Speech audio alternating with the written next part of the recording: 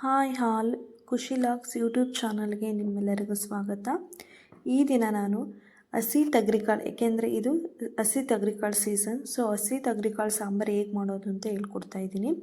ಮೊದಲಿಗೆ 2 ಸಣ್ಣ ಗಾತ್ರದ ಈರುಳ್ಳಿನ ಹೆಚ್ಚಿಟ್ಕೋಬೇಕು. ಅದ್ರ ಜೊತೆಗೆ ಟೊಮೊಟೊ 2 ಸಣ್ಣ ಗಾತ್ರದ ಟೊಮೊಟೊನೂ ಕೂಡ ಹೆಚ್ಚಿಟ್ಕೊಳ್ಬೇಕು. ಅದ್ರ ಜೊತೆಗೆ ಮುಳುಗಾಯಿ, ಇದು ಹಸಿ ತರಕಾರಿ ಸಾಂಬಾರಾಗಿರೋದ್ರಿಂದ, ಹಸಿ ಕಾಳು ಸಾಂಬಾರಾಗಿರೋದ್ರಿಂದ ಸೊ ನೀವು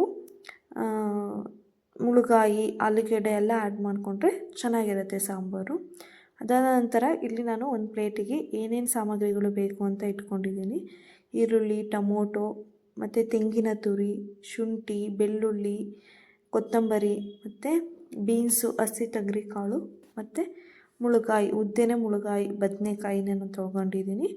ಈಗ ನಾನು ರುಬ್ಬಕ್ಕೆ ಈರುಳ್ಳಿ, ಟೊಮೊಟೊ, ತೆಂಗಿನ ತುರಿ, ಹಸಿ ತೆಂಗಿನ ತುರಿ ಮತ್ತು ಕೊತ್ತಂಬರಿ, ಸ್ವಲ್ಪ ಕೊತ್ತಂಬರಿ ಹಾಕ್ಕೊಂಡು ಒಗ್ಗರಣೆಗೆ ಸ್ವಲ್ಪ ಎತ್ತಿಟ್ಕೊಂಡು ರುಬ್ಬಕ್ಕೆ ಹಾಕಿ ಖಾರದ ಪುಡಿ, ಸಾಂಬಾರು ಪುಡಿಯಾಗಿ ರುಬ್ಕೊಂಡಿದ್ದೀನಿ.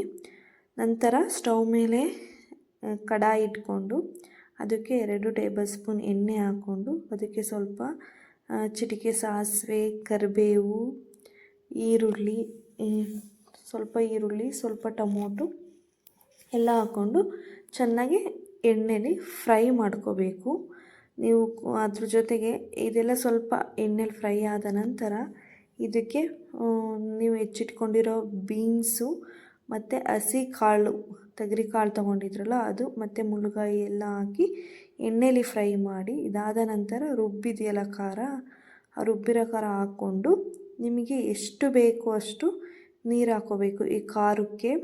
ನಂತರ ಇದಕ್ಕೆ ರುಚಿಗೆ ತಕ್ಕಷ್ಟು ಉಪ್ಪು ಹಾಕ್ಕೊಂಡು ನಿಮಗೆ ಖಾರಕ್ಕೆ ಎಷ್ಟು ಬೇಕು ಅಷ್ಟು ನೀರನ್ನ ಆ್ಯಡ್ ಮಾಡ್ಕೊಳ್ಳಿ. ನಂತರ ಇದನ್ನು ಕುದಿಬೇಕು. ಕಾಳೆಲ್ಲ ಲೋ ಫ್ಲೇಮಲ್ಲಿ ಮೀಡಿಯಮ್ ಫ್ಲೇಮಲ್ಲಿ ಇಟ್ಕೊಂಡು ಬೇಯಿಸಾದ ನಂತರ ಮುದ್ದೆ ಮಾಡಿಕೊಂಡು, ಹಸಿ ಕಾಳಿಗೆ ಮುದ್ದೆ ತುಂಬ ರುಚಿಯಾಗಿರುತ್ತೆ. ಇದ್ರ